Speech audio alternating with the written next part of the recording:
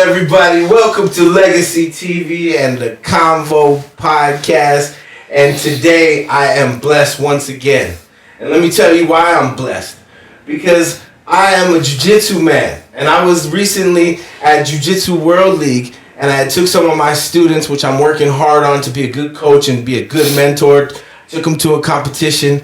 I was in my car. And I'm sitting in my car. And guess who I see walking by? A lot of people might not know, but I know because I've been in this sport for a long time.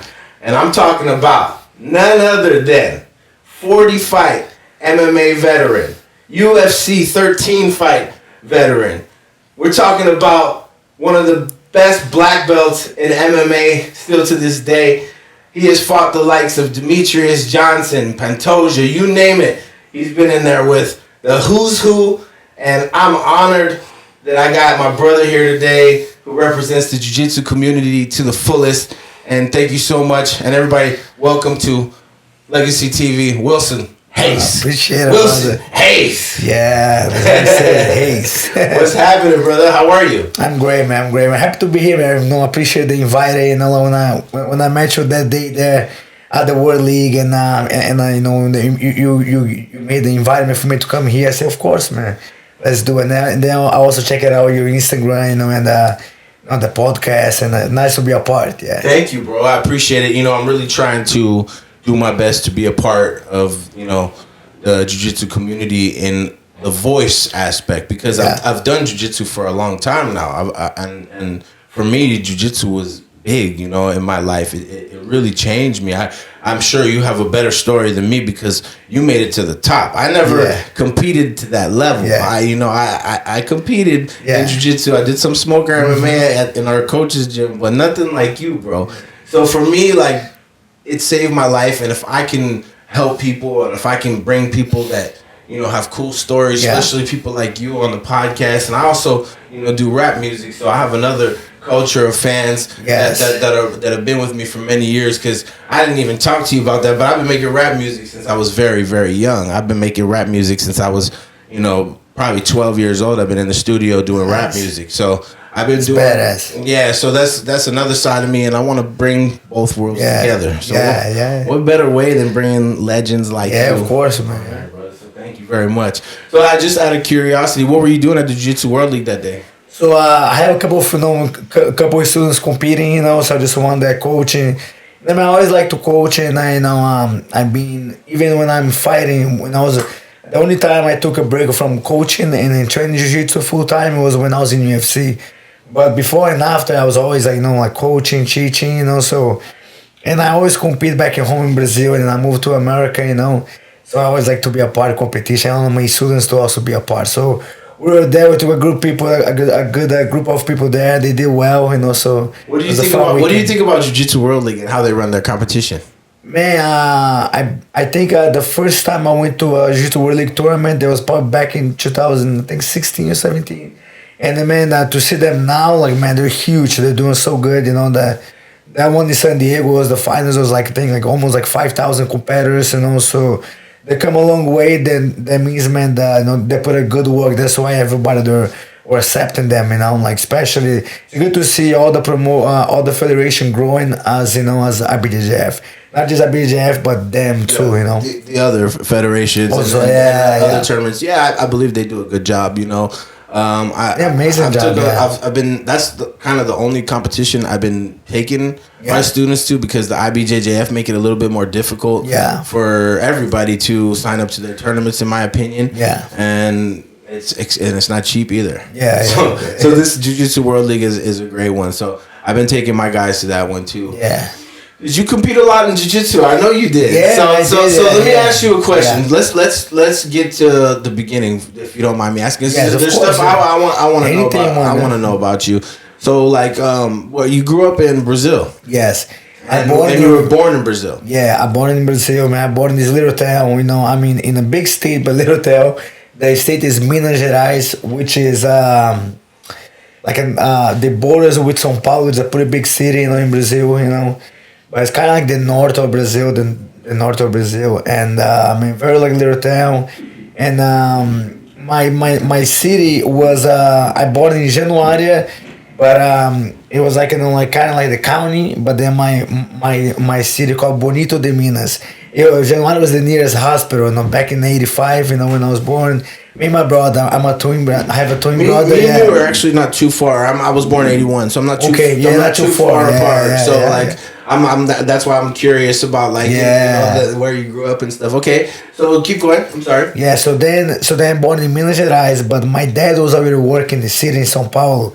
So then he pretty much moved us, like our family there to São Paulo. So I got to, I was raised in a big city, so it was good for me, like going to good schools and I was able to to get, be able to learn martial arts in the early, young, when I was about I think 11 years old, I started kickboxing, and then from kickboxing I went to judo when I was 12, and then I think when I was 13, going to 14. That's why I started Brazilian Jiu-Jitsu. Yeah, being São Paulo. So in that time was Jiu-Jitsu popular? It was gaining popular. It was it wasn't very popular at that time. It was more like a middle class, like sport. So it wasn't popular, like in I would say in the lower income, So it was more in the middle class, and then more in an adult environment, And then I got into from judo. Because in judo, we have the takedowns and we have a little bit on the ground, and I would see some them. But first, I was very deep in, I was very into judo. But when I would go to a tournament, I was always say that it wasn't fair because back in Brazil, I don't know how to do it here, but in Brazil, it was pretty much the from white belt to the brown belt, they pretty much compete together. Everybody against. It was by age and weight class, age and weight, So it was definitely not a fair match. It was not a fair match. So I was always do well, but I was always getting pinned by by a higher belt. And then and I think I met somebody that was doing jiu-jitsu, invited me to go to a jiu-jitsu gym, and then when I went, I really like the. Do you remember the name of the gym? The gym is a very, they have affiliations here. Is a Companhia Paulista, which is Cia Paulista. Oh, yeah. I know. Waldemiro. Yeah. I think he's the OG. The OG. He's the founder. He's actually my coach. I've trained with a lot of the guys because back in the day, Joe used to have. My master. And I think Joe. And Waldemiro has been here, man. He's probably one of the first guys in Orange County. Yeah, I mean, we're at Huntington Beach. Yeah, he's super cool dude, and I see him at Joe's seminars all the time. Yeah. He's always been super cool to me too. And I believe he promoted my coach, my master, to black belt. My master's name is Roberto Godoy. I believe he the one that promoted my master to black belt. So kind of coming together. But so you started with Godoy in Brazil. Yeah, first I started Companhia Paulista with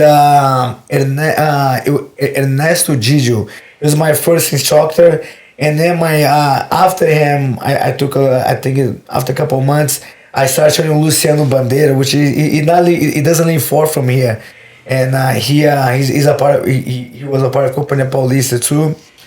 And then from there, I went to another gym. I was like, back in the day, my parents always moved in the neighborhood. So I was like, changed gyms. And I ended up at AM Jiu-Jitsu with Arthur Andrade and Márcio Guimarães from Brazil, and then amazing coaches. And then I was a yellow belt. From yellow belt, I was 13. Were you already competing right away from white belt? I was competing. Right away? Yeah, right away, because I already had the little bit of judo experience. So then I was able to compete. I was doing well. I was getting second place, first place, in São Paulo, in São Paulo Federation. I think that's really important for people that do want to compete and be a mixed martial artist or a fighter to have some kind of competition at a young age. And that shows right there you were starting to compete already from 13 years old. Yes, and I started competing probably when I was 12. I competed in judo. Yeah. Judo, okay. Yeah, but then jiu-jitsu, I thought jiu-jitsu was when I really fell in love because I thought it was fair. The competition was fair. I was white belt, white, and I went to yellow.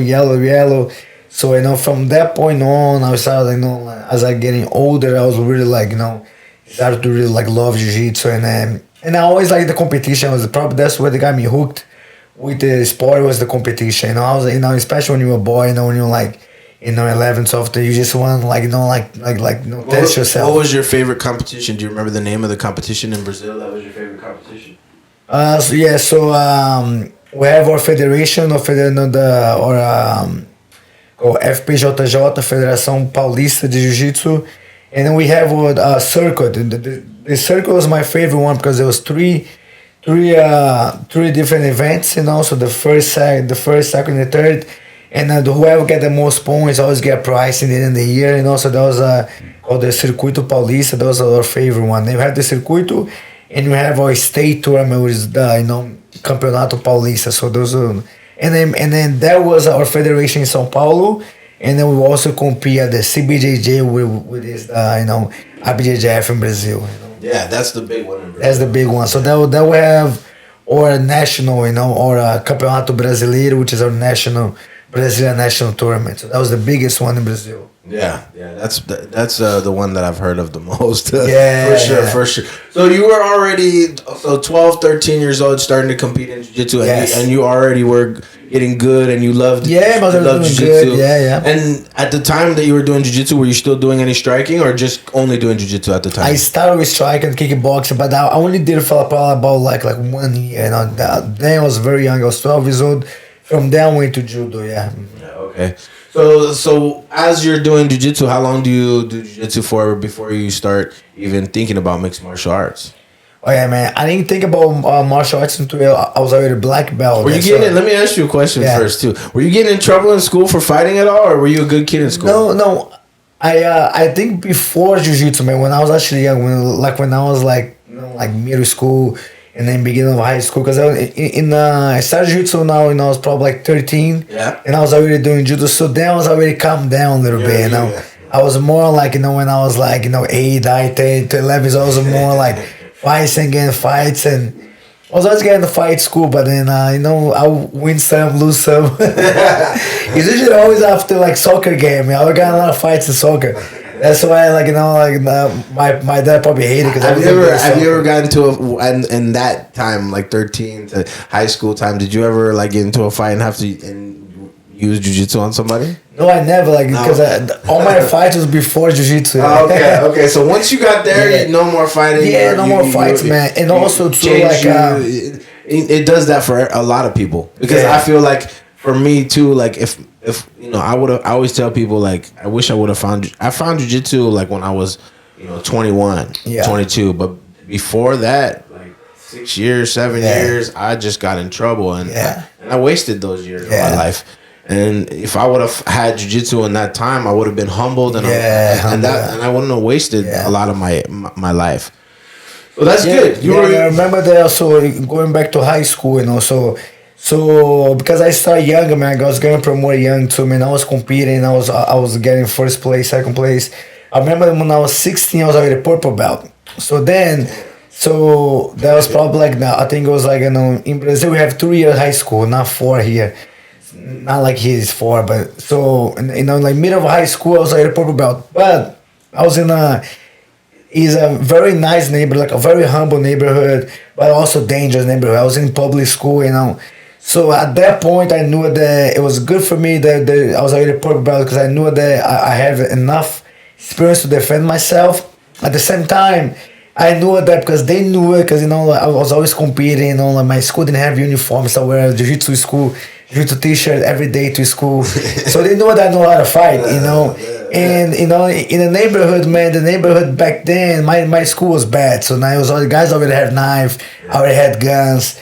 And then they were cool with me, So they're cool with me. They respect me, They say, man, I know my place. I knew I could not get in trouble with them because they weren't going to fight fair, And then I see them fighting the other guys, and then they'll beat everybody up, jumping and everything. So I knew that fighting only gonna be a bad outcome. I mean, they're gonna beat somebody up, or they're gonna beat me up, and not in a fair way. So I learned early, man, not to get in trouble, because that could cost you.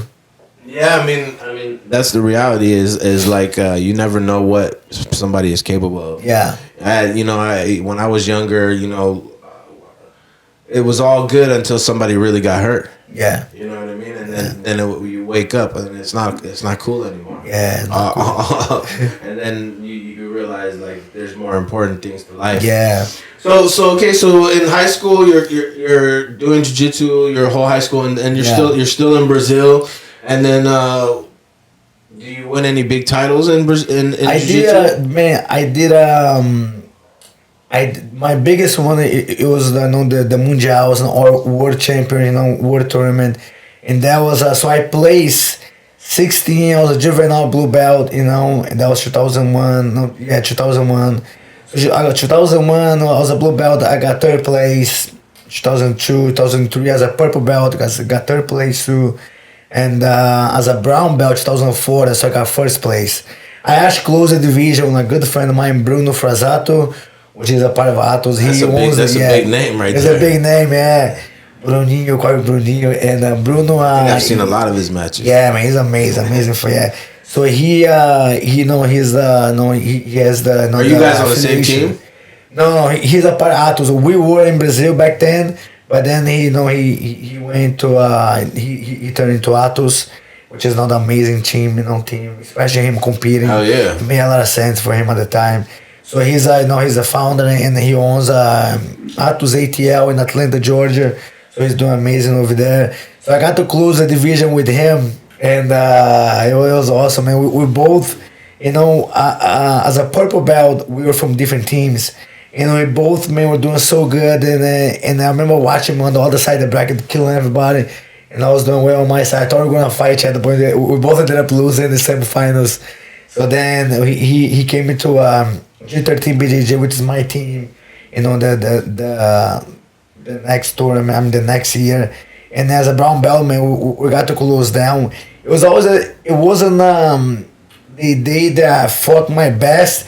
Every fight was like I didn't think I was going to win. I was a winner match by match, but it wasn't my best performance in tournaments.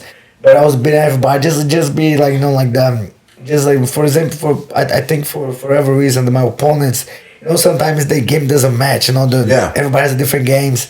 But I was beating them, 2 points, 1 point. It was a very tough tournament, but ended up me all the way to the finals. So was Bruno. But that's the brown belt, brown belt adult, right? Yeah, we're talking 18 to 29 brown belts, like the best in the world. Like that's for sure gonna be I try to explain to people white belt, blue belt matches are fun to watch, because the guys make a lot of mistakes. But then you get to brown belt, you're talking the guys are the best of the best, and they're not gonna give you no inch. They're not gonna make mistakes like those lower belts. So, but to be able to win that is big. You got to be really good. That's a big title. So you guys close out the division, and then did you get your black belt right after that? No. So then this was probably July, in July 2004, and then so then I competed, the Copa do Brasil, and at this point, you still hadn't done any MMA. No, not yet. Okay. It's all jiu-jitsu. Okay. Not even no gi, man. Back then it was all gi. All gi. Yeah. I didn't do no gi until I got my black belt.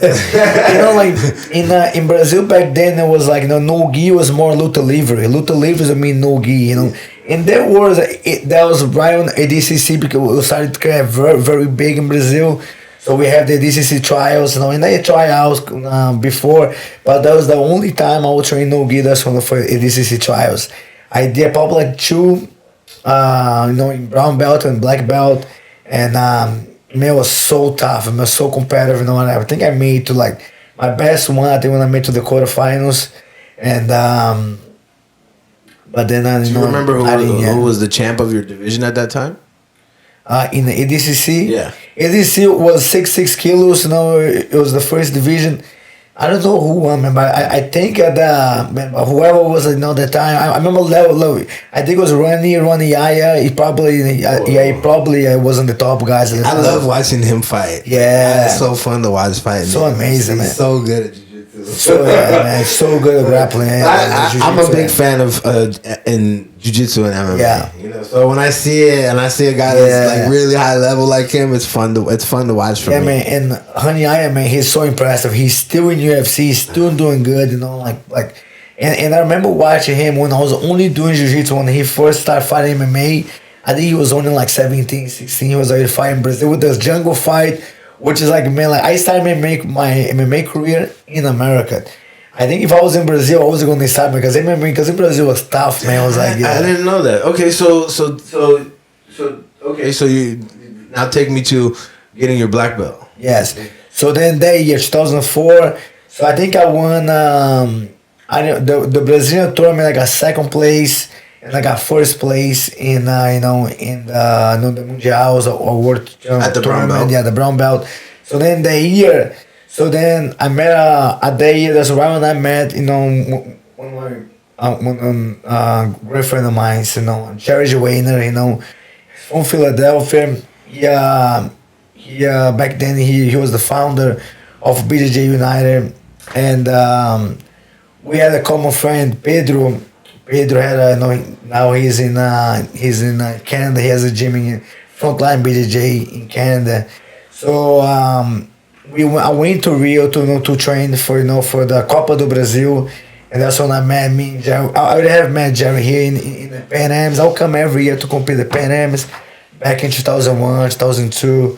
And then I met Jared, and while I was there in Rio, Jared invited me to come to Philadelphia, and he said, "Man, you want to come?" And he had just opened up his gym, invited me to go there, and train and help him train because he's still competing and helping teach. So then, Philadelphia, huh? Philadelphia, yeah. So then, man, and you hadn't been to America yet? I have only for competing. 2001, 2, and 3 and 4 to compete Pan Ams. I'll come here for literally like 7 days. Yeah, not to live. Not to live, just to compete. Yeah. But Jerry made the environment, and I took him on there. And then like 2 months later, so then when he made the invite, it was probably like October, and I moved at Thanksgiving weekend in 2004. I came. I was from São Paulo to Philadelphia. And then it was an amazing experience, man. It's very hard too, because I didn't speak English, But that's when the jiu-jitsu, man, the jiu-jitsu community is so amazing. So let me ask you a question. What belt were you when you came? You were brown belt, right? So I was, I actually got when I told my coach I was going to go to Philadelphia, this was in November, and we had, G13, we have a annual promotion every December. So then he said, "Man, I was gonna promote you to black belt in December, but if you're going to America now, I'll promote you now." So he promoted me a month before, which just was nice because back then we used to have our test samurai, our test for black belt, and it was a hard test. I remember. I remember Joe's too. Joe's is very hard too. Yeah, it's more MMA test. It's not. It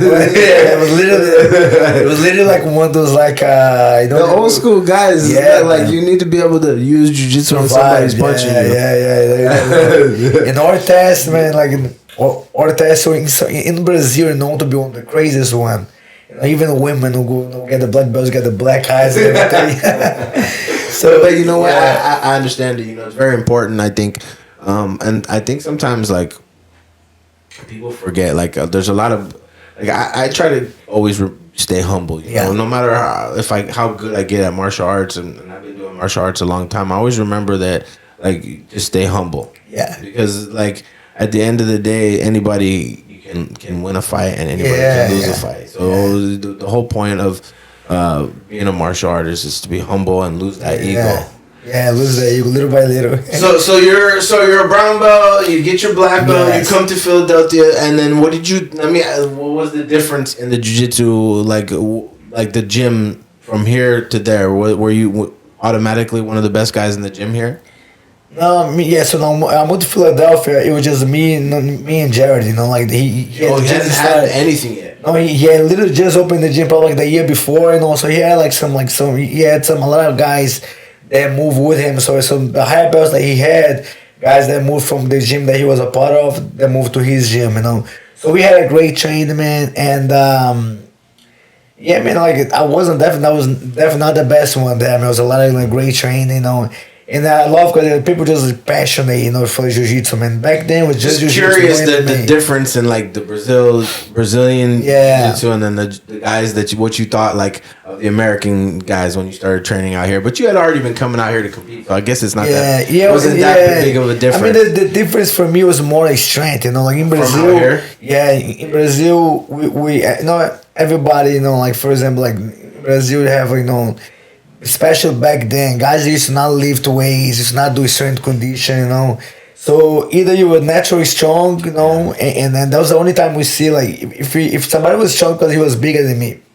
Same, like I couldn't tell how strong the guy was for the same weight. Yeah. When I moved here, everybody, even the lighter guys, the big guys, but the guys were so strong. Yeah. Even my friend Jerry always tell me that Brazilians always tell that Brazil never admit how good the guy is. They say, man, you're very good. The good thing, you always say, you're very strong, man. Very strong, yeah.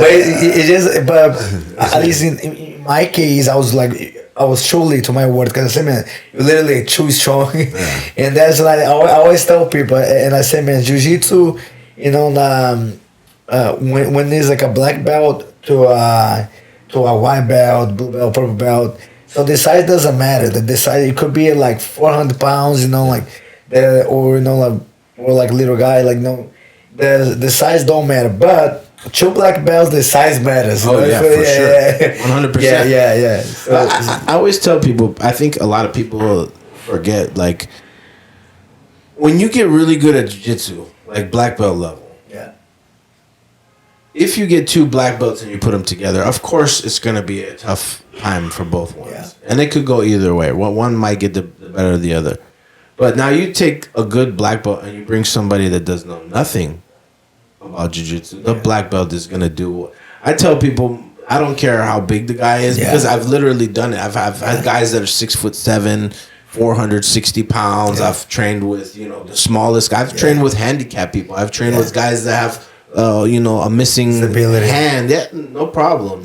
You know, my Joe always taught me you need to be able to train with everybody. Yeah. So the one thing about it is, if you're good at jiu-jitsu and you really take the time to get good at it, that is a weapon that's going to protect you from any size. Yes. It doesn't matter. The smallest guy will kick your ass, and very easily too.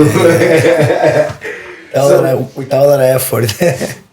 Okay, so you're out here in Philadelphia. You move out here. You're helping him build the gym, and you're teaching and stuff. Yeah. And then, where's the transition to MMA? Yeah. So right when I moved to Philadelphia, this is like, man, like they say, like the Thanksgiving weekend, 2004.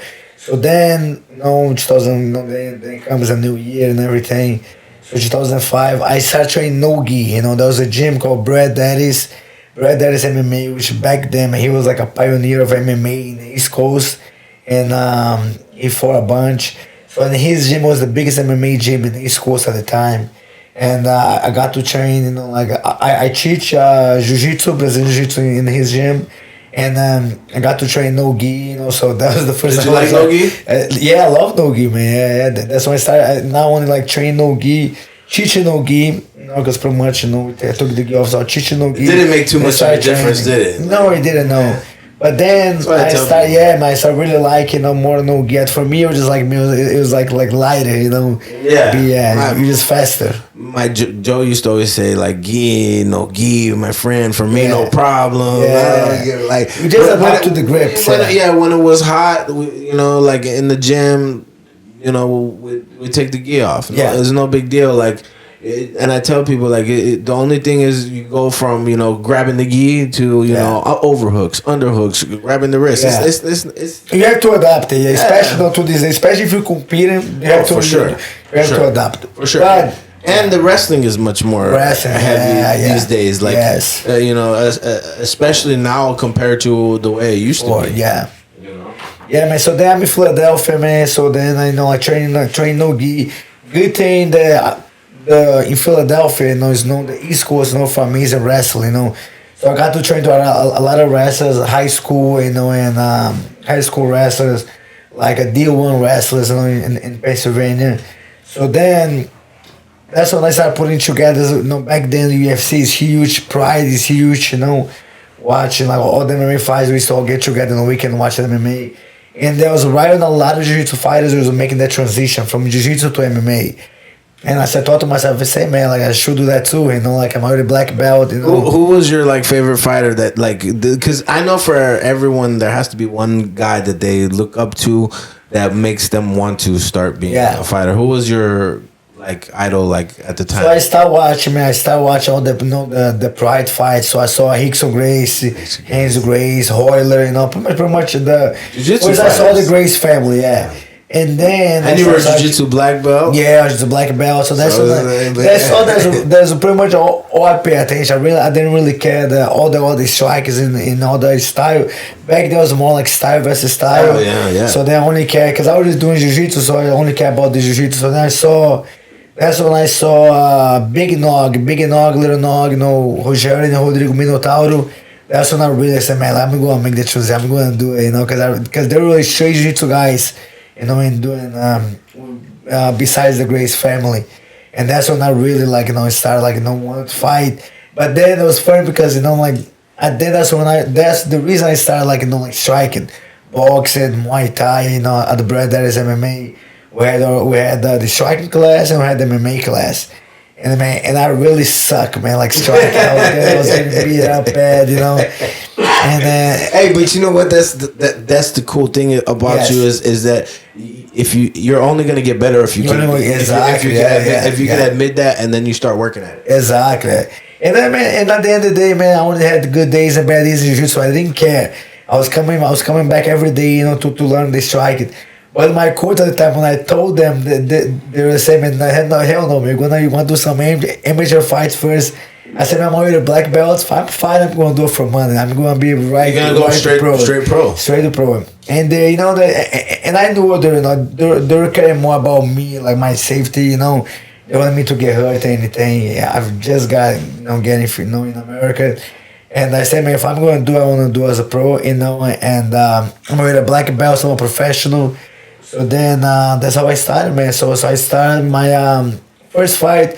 It was in July 2007 against my So this is 18 years ago. 18 years ago, your first fight. Yeah. What weight class? Was it still 125? It was actually catch weight, 150 pounds. 150 we are 150. I fought a bunch of weight class. So my first two fights, it was in New Jersey. I believe it was extremely challenging, the promotion then in Pennsylvania. And were you nervous? Like the first one I was very nervous, yeah. Because man, like you've been doing jiu-jitsu competitions. I've been doing jiu-jitsu. Now all of a sudden you're gonna yes, you know. And at the bread that is we had, you know, at the time in Philadelphia, it was the biggest MMA gym. They had another big one. That was the guy named like Zach Makovsky and then Eddie Alvarez. There was the Fight Factory. It was our kind of competition gym.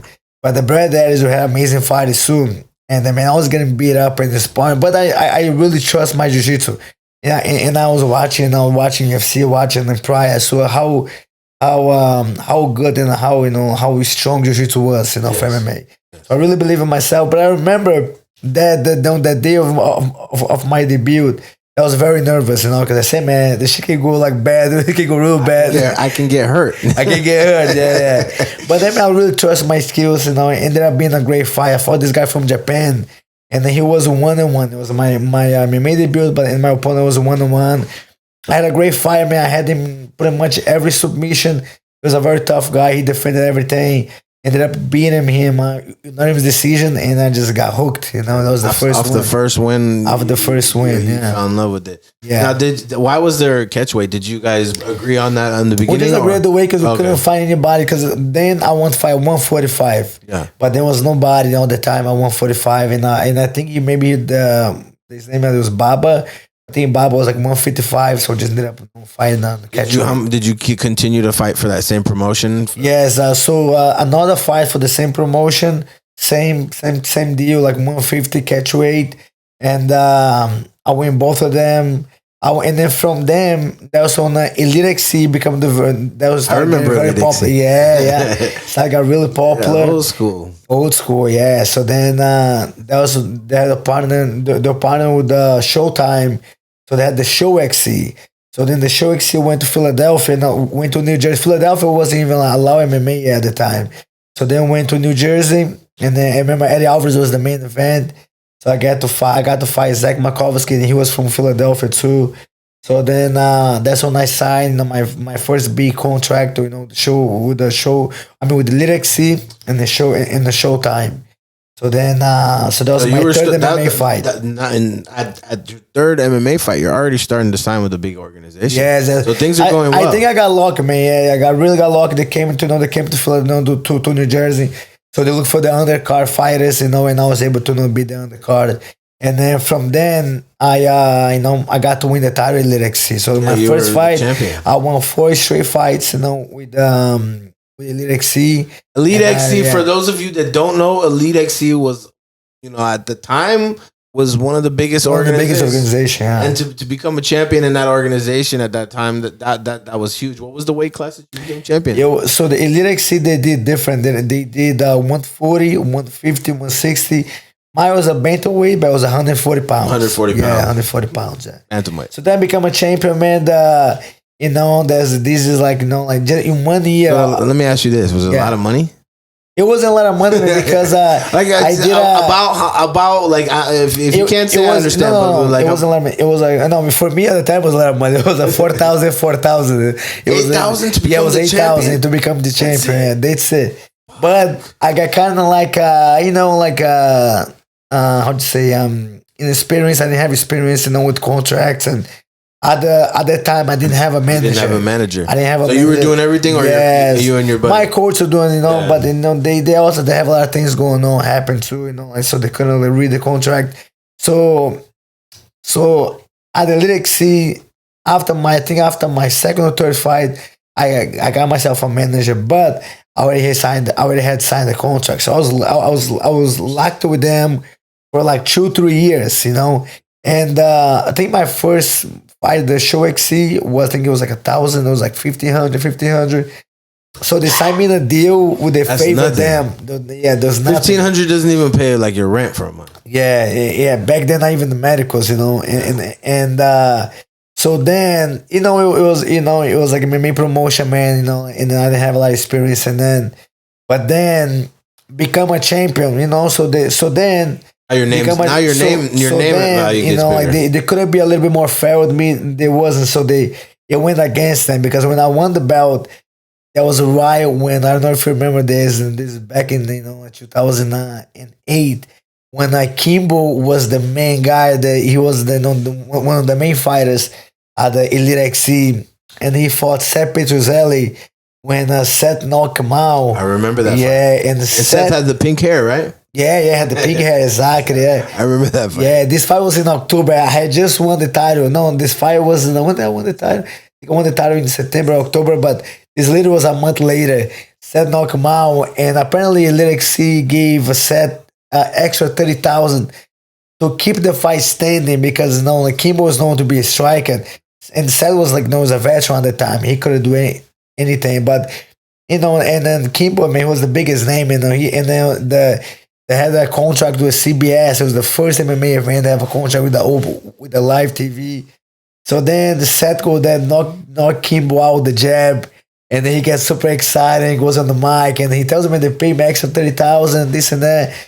Apparently, they got really bad, so then the CBS didn't like, that he said that. And then they ended up losing their deal. So the show literally went under like a week after. That was it. I remember that was the end of NXT. Yeah. So they kind of favored me, man, because that was right when Bellator came up. That's when the Bellator, they found Bellator in 2009. So Bellator bought all the contracts from Elite XC.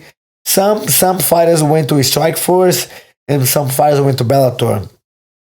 And I was lucky to go to Bellator at the time, because that was when they started the tournament format, And they got me out of my contract when I was getting paid nothing, So that's when I started making more money. After that, yeah. So it was good. It was a bad thing, but it was good for me. Is it enough finally when you get to Bellator? Is it finally enough to make money to where you can just concentrate on fighting full time? So the Bellator, that's when I started making more money, concentrating on full time, in MMA. I was still teaching, but it was enough. Yeah, I believe the first tournament, I think out of all the the Bellator tournaments, it was the best one. I think we made close to 200,000 in the tournament. I think the first fight was 15-15. Second fight was 25-25. And then the finals, it was like 40 grand, 60 grand. Total was like make like 190 grand in the tournament. And we fight pretty much every month. So it was a good deal. I lost in the semis. I was able to make good money. And you're you're building your name still. My name, yes. At the time, I was probably like 9-0. That was actually in 2009 with Bellator. I got to experience my first loss. I went undefeated with 9 fights, and I lost to Joe Soto. It's from here to for down the area. Joe Soto. Yeah. Didn't he fought for the title too? Oh yeah, he was the champion. So he beat me in the semifinals, and he ended up going to the finals and winning the first Bellator tournament. Crazy. This is back in 2009. Yes, that's what I'm saying. While back, yeah. So you're fighting in the Bellator. So how do you end up getting to the UFC? Yeah, man. So then I was in Bellator. So I went, I went to the Extreme Challenge, Show XC, Elite XC, Bellator. Bellator, man, I had almost 4 years career in Bellator. Then I think I went like, I don't know how many fights, man, almost like 15 fights or so, something like that. And but for those of you that don't know, Wilson has 40 MMA fights. 40 fights. Yeah. A lot of fights. Yeah. So then Bellator, the end of my Bellator career wasn't so good for me. I think I lost like 2 or 3 fights in a row. I ended up getting cut from Bellator. And then I said, man, I gotta I have to regroup, and then I went to fight the local promotions again, go back to the local scenery. So I got to fight Philadelphia twice. And then that time, I think I had like 4 losses or 5 losses. Out of the 4 or 5 losses, 4 was against Brazilians, and I'm Brazilian. I gotta go back to Brazil and fight in Brazil. I had that thought, man. I gotta go back to Brazil. I gotta go there and beat them. Yeah, I gotta go there. It just because I started my career in America, I felt I had to go home and fight in Brazil. My coach in Brazil said, man, you crazy, man. At least you're getting paid better in America. In Brazil, you're getting paid nothing. But I just want for the experience, So I remember I made a contract in Brazil with these local promotions in Bahia. And at the time I fought this guy, man, he was like beating everybody, Bruno Menezes, he was beating all those guys he was competing at the tournament, man. It's very big in Brazil. Jungle Fight one of the biggest, yeah. So he was on the Jungle Fight Fighters, but this was a different promotion in Brazil. And then because I've been fighting in America for so long, and he was fighting well there, so we ended up fighting for the title. And I think it was a WFE, it was a promotion in Bahia. And I ended up, I beat Bruno, I think in the first round, 2 minutes in. That's when I saw the American wrestling.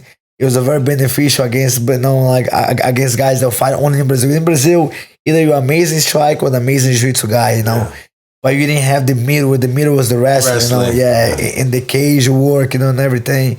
Back then there was no cage in Brazil, We would have cage here in America. So I had the advantage on the wrestling. I was able to wrestle him, take him down, and finish the submission. And I came back to America, and I had to believe I built a 4-0 record after I left Bellator, and I was able to sign with the UFC. I left Bellator 2011. I signed the UFC summer 2013. Did you know you were gonna get signed by the UFC, or was it a surprise? I knew it. I knew I was getting close. Yeah, because back then I was hitting up the matchmaker Sean Shelby. Were you still in Philadelphia at that time? I still in Philadelphia. Yeah. So, but I would do campus in San Diego, in Chula Vista. When did you start coming out to San Diego? First time I came to San Diego, man. So I met Dominic Cruz. We had a partner. Shout out to Dominic Cruz. I'm a big fan of Dominic Cruz. Yeah, hopefully one day he'll come on the podcast too. Yeah, he'll come for sure, man. He's the man. He's a cool dude, man. I'm a big fan of that. So how'd you end up coming out there to train with him? So back then, we're affiliated. My jiu-jitsu school in Philadelphia is affiliated with Lloyd Irvin. And then shout out to Lloyd Irvin. Yeah, man. Amazing coach, master, and mentor. So Lloyd Irvin was affiliated also he gave Brandon Vera his black belt, and Brandon moved to San Diego. And started like fighting out of California and San Diego. So then all came together, man. Like the Dominic Cruz, was a part of Brandon Vera's gym, Alliance MMA. And then Dominic, by coincidence, he went there to help Mike Easton when the Lloyd Irvin fighter. And I was in Philadelphia, so I'll go often to Lloyd in Maryland, go often to Lloyd to train with Mike and train everybody. So Mike had a fight coming up. So we'll go there, help him. That's when I got to train Dominique and meet him. And they say, man, next time we fight somebody, near or a style, can fly each other out. If you fight somebody near my style, I'll go to Philadelphia. If I'll fight somebody near your style, to fly to San Diego. So he ended up, getting called to fight Joseph Benavides, 5'4", southpaw. So he flew me out to San Diego. Yeah, perfect training partner. Perfect training partner. Yeah, it was the first time. I'll come here to California just to compete Jiu-Jitsu, Pan Ams, Wars, or all the tournaments. So it was the first time I come here to train MMA. And come to San Diego, man, I fell in love, man. The great weather, beautiful city, an amazing team, Alliance MMA, it was like a big team there. This California love. California love, yeah. Enough for California. Exactly, yeah. And then San Diego is just... It's beautiful. It's a great place to live. It's a great place, yeah. And then on top of that, you got Dominic Cruz. Yeah, I got Dominic Cruz, yeah. OG, man. We got all these, and our team are known for being a lighter weight team, so there's a lot of fighters, man. A lot of fighters in the 125, 35, 45, So you fought in all those weight classes. Yes. So then, in Philadelphia, I got the call to be in UFC. It was literally like 2 weeks' notice. My opponent ended up getting hurt. So I got another a month and a half training camp. So my debut was UFC 165 in Toronto. It was Gustafsson, he was doing camp at Lice MMA at the time. Gustafsson versus John Jones, the first fight, which was an epic fight. That was one of the best fights ever. Yes, man. I was lucky enough to be on that card, man. I'll never forget my UFC debut. Good thing I had a lot of experience before, and then so I didn't have that, the jitters for a big event, because I think my first big event was a Little XC. When I was in Little XC, we were literally fighting for 30,000 people. When I fought the Prudential Center when Kimbo was the main event. 2008, there was 30,000 people there, 20,000. So you weren't shocked at all by the experience? Yeah, I wasn't shy to big events. Yes, already getting groomed to be in these big situations. My debut was my debut in UFC, but I had been in a big event before, and I ended up I fought Ivan Menjivar, was an OG, triple OG. Yeah. So I fought in my UFC debut. I beat him. And that was the beginning of my UFC career. That was the summer 2013. Went back to Philadelphia. Ended up moving to San Diego in Thanksgiving weekend 2013. 2013. So you've been out here a decade now. Yeah, a decade now. Yeah. That's crazy. Yeah. And then you just started. And then you've had 13 fights in the UFC. 13 fights. And you fought I remember watching a lot of your fights. Yeah. But just going back through your record again, you fought everybody. So my first 2 fights in the UFC was a 135 pound. But at that point, I already had decided to go down to 125. So then my first fight in the UFC was Ivan Menjivar. Second fight, that's when the UFC started going to Brazil to have shows in Brazil. So I fought in Brazil, in the south of Brazil. It was an amazing show. And I fought Yuri Alcantara, he was a big 35. Yeah. We ended up having a great fight, but I lost in a split decision. That's when I decided to go down to 125. And in the 125, I had 11 fights. Yeah. And then I was able to climb myself all the way to a title fight with Demetrious Johnson. Yeah, with the guy that's considered the GOAT. The GOAT, man. Yeah, that's crazy. Yes, man. I think he had 13 or 14 championship fight. Yeah. How nerve-wracking is that? Yeah, it was amazing. I tell you what, man, that was amazing. Let me ask you a question. Yeah. How hard was it for you to make 125? It was very hard, man. It was just hard. It was hard. I just knew that I had to be disciplined, Would you feel like yourself, the day of the fight, after a hard weight cut like that? Did you feel good when you were getting it? I felt good. Every fight in UFC, 125, I felt good. But then at that point in UFC, I also had to make a lot of, a lot of a great nutritionists, and then build, trainer Lloyd Irvin. And then so you were doing it correctly. You were doing your weight cut and your rehydration. Yes. I was lucky. I was able to meet, what I believe it was like George Lockhart, which is he's very known to be one of the first guys that were helping MMA fighters to make the weight, and he the first guys to have a weight cut, company. So that I signed with him, and he was doing all my weight cuts from 135 to 125, and that's how I was able to do it safe with no problem. And also George Lockhart was definitely the guy who's a G, man. He was the guy that helped me make 125. So I was pretty much I use his service in pretty much my whole career in UFC. Fought for the UFC title. That's it's just crazy. Yeah, man. I got the title shot twice because the first got it in 2016. After I beat Dustin Ortiz in New Jersey, and I remember he was super high. Super high. Had a lot of hype. Yeah, he took that from him. Yeah, so then I beat him, so I got a title fight, and this is like summer 2016. But Demetrious also got hurt 3 weeks before, and at that time, man, he was such a dominant champion. The UFC already has scheduled a Ultimate Fighter for the winner to fight him. So, so it's kind of weird, scheduling. So after he got hurt, and they said, you won't fight, you're going to have to fight somebody else because we already have the Ultimate Fighter booked and everything.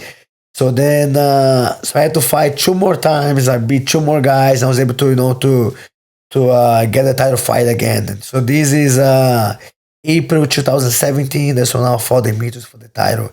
And I have just fought 2 months prior to that. I fought in Brooklyn, which is amazing. UFC Brooklyn 2017 versus Yuka Sasaki, Japanese guy. And I beat him decision, and I got that fight. I remember that I had, man, Yuka was the first taller guy, real tall guy I got to fight. He was a 5'11", and I remember that I got a two bruised ribs made from his knees. Tried to take him down and he would knee me. And but I was trying to kind of push back the fight, Demetrious, but it was the only date that we had. So I just have to tough it out and train. And it's for the title. It's for the title, so I couldn't. If I would say no, they'll put somebody else. So for sure. Couldn't miss the opportunity, yeah. Oh, no. So, man, it was an amazing fight, man. When I fought Demetrious, it was the first time that I realized that it was a big gap between me and him. And he's amazing. The speed. Other thing impressed me the most was his communication with his coaches. Great communication with the coach. And he was just a better fighter. He beat me. And it's the only one. My only submission loss in my record is to him. He got me in the armbar. I watched that fight. Yeah. I agree it was a submission, but yeah. I don't think it was just a submission. I think you were hurt. Am I right? I think you were it looked like you got a little bit hurt from. I feel like it's sometimes it's easier to get because sometimes they'll be like, oh, like Rodolfo Vieira, for example, he got submitted by a purple belt. Yes, but I've trained with him. He's been out here before. There's no way he's gonna get submitted by a purple belt. But when you're hurt and you get a little bit tired, my fight, man, just I feel like. Not taking anything away from Demetrious, but he's just an amazing fighter, man. He actually got me to that point. I think he got the better striking, and he got me hurt with the knee. He end of the second round and in the beginning of the third round, he got me the knee. In the third round, he dropped me with the knee, and at that point, I was very fatigued, and they started to beat me up with the elbows and everything. And that's how good he is, man. He kind of soft me up with the ground and pound. When I was there in the moment, man, I was just getting beat up, and I was trying to find a way, to get a better position. But at that point, I was very tired and I was beat up. Yeah. So then I didn't even realize that he had my arm. And I watched the video, I saw coming from maybe 30 seconds before.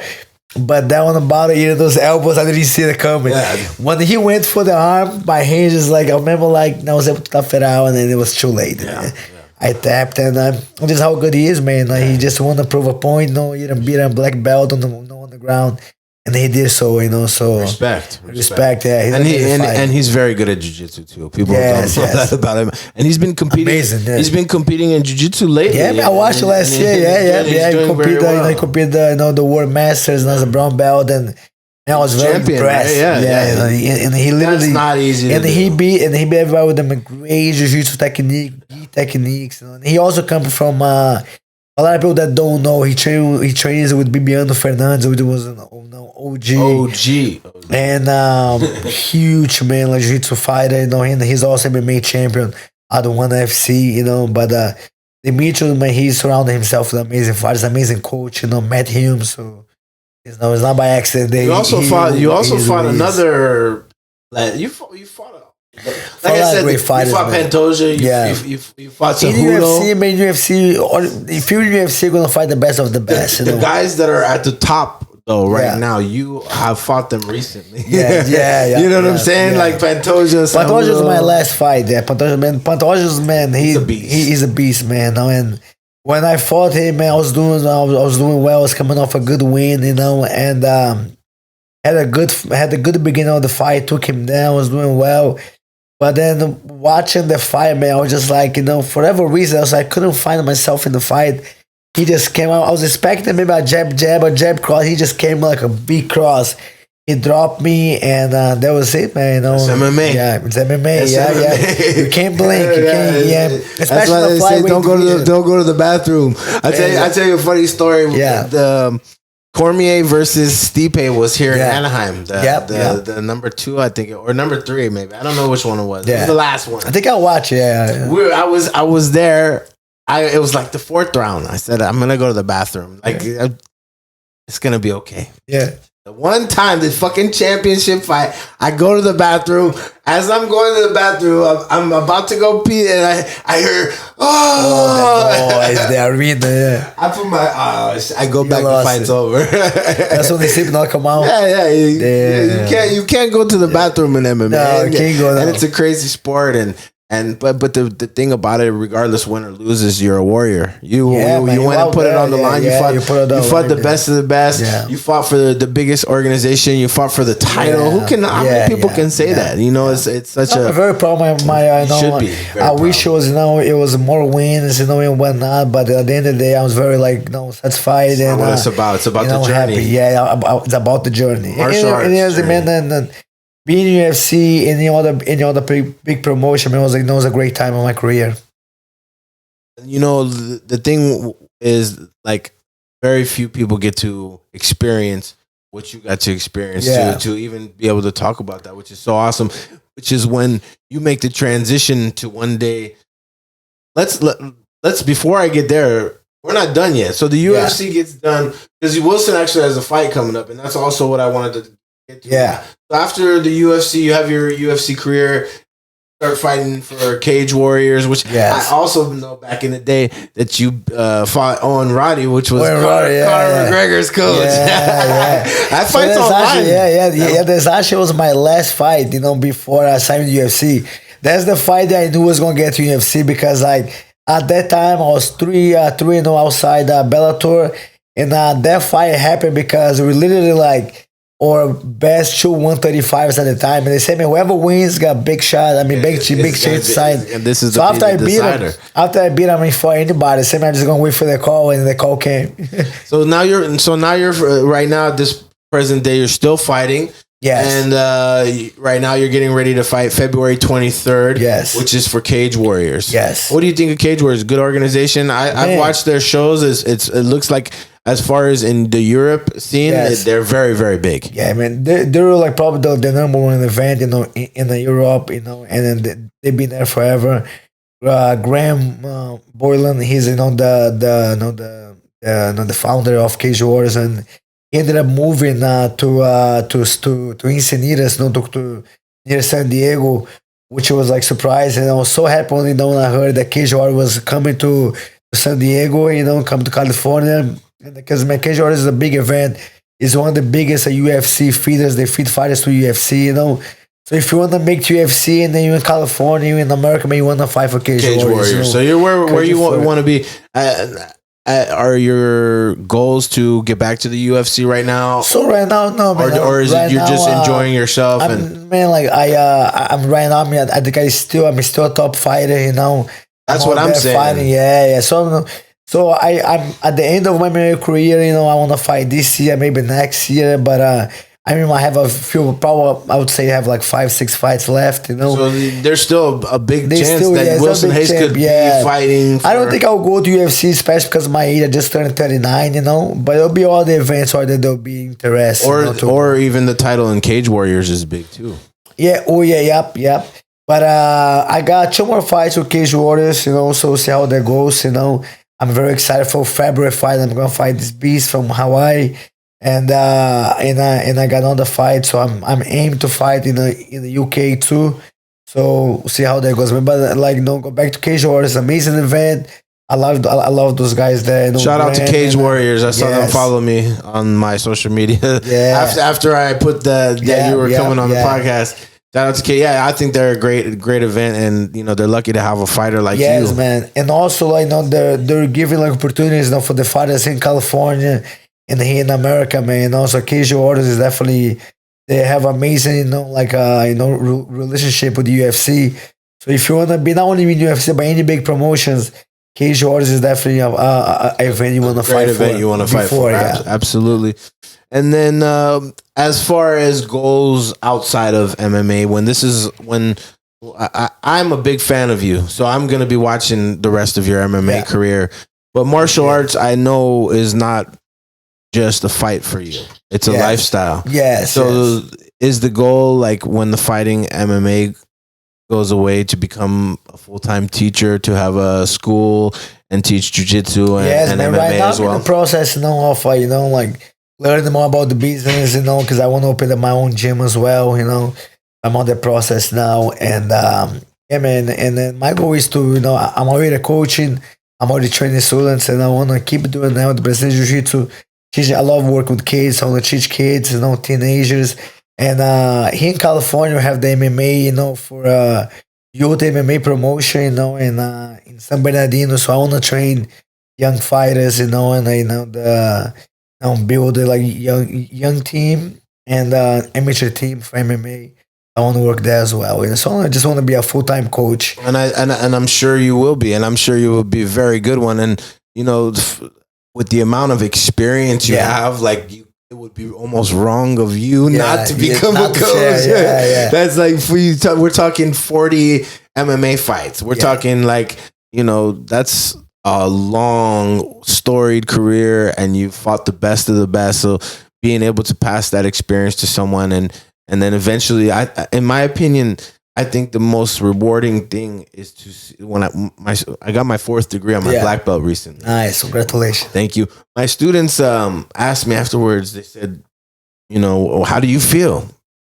I thought about it for a second. I told them, you know what?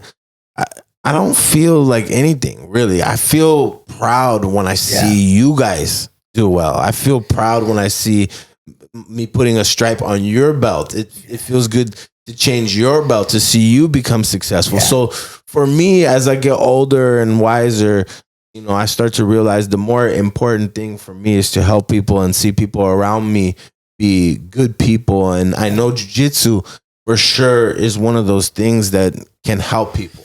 Yeah. And can make people a better person. And for me, it saved my life. And for you, it has created an amazing life, and it's taking care of you. And now you get the opportunity to compete at the highest levels of mixed martial arts and Brazilian Jiu-Jitsu. And then you get to pass all that on to a bunch of next people. Generation. And you never know, you might be the coach of a next world champion, which is probably going to be more rewarding than you have ever been. Yes. A UFC champion. So that, I think that's a blessing, and it's just crazy to think you've had that many fights. Now I gotta ask you about it as you do, man. Like the other days, I was just going through my records, on Tapology, that website was on a great. I used to go on the Sherdog, but Sherdog doesn't do too much these days. It's still good, but I like the Tapal one. Yeah, and I don't go down those records, and I said, God damn it, there's a lot of fights because you know what? Every fight is a training camp, and every training camp, a lot of things happens, And so it's good, man. Like to make to the time that you sign the ball agreement. The time you make the weight and you fight, a lot of things happens. So every fight's a different story. I always I have a playlist for every training camp, and I say, man, it's funny how music, can really make you remember those times in your life. Yeah, well, and that's the thing I was gonna say too. So today I wanted to give you some music. I know people don't have many CDs, but this is my album, and maybe one day you will bless the Persian Legacy and the Legacy TV and walk out to one of our songs or something like that, or make some. We'll make a song. We'll make a song for you. I love you have the gi, I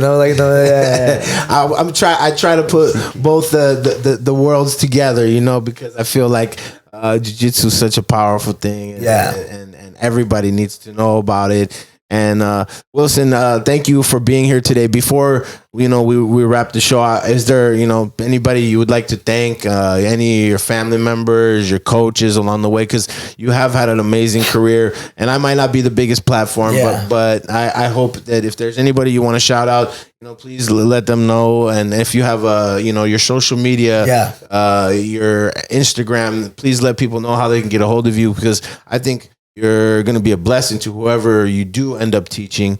And also want you to know that Legacy TV and the Convo and us, we support you, and we're going to be rooting for you in the rest of your career and watching your fights. And we would love to be there, and we appreciate it. So please let us know anything you want to shout out.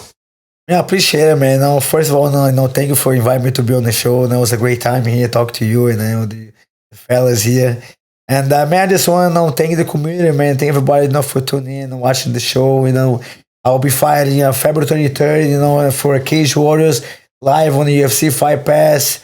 I am in San Diego. If anybody wants to come train with me, we train at Azteca MMA in Bonita. Azteca? Yeah, Azteca. Yeah, Azteca is actually Azteca Boxing Club. And we have an MMA program there. Amazing MMA team. And your Instagram? My Instagram is Wilson_Reis7. Reis. Yes. Yes, Reis in Portuguese. Reis. Be on the lookout for Wilson Reis. Watch Cage Warriors, February 23rd, UFC Fight Pass. This guy is a legend. I'm very blessed and honored to have had him here today. This is what Jiu-Jitsu is. This is what it's all about. This is the type of humbleness that we're talking about. I see him at the Jiu-Jitsu World League, and because of Jiu-Jitsu, he sees me trying to build my channel, and I'm a Jiu-Jitsu man and mixed martial artist, and he blessed me with this time. So thank you, Wilson, for being here, man. I can't wait to see you fight, brother, and hopefully we'll have you back out after the fight. And that would be even cooler. Yes, I'll be back. Appreciate you, brother. Tell your mama, tell your daddy, like, subscribe, and we'll see you guys on the next episode. Peace.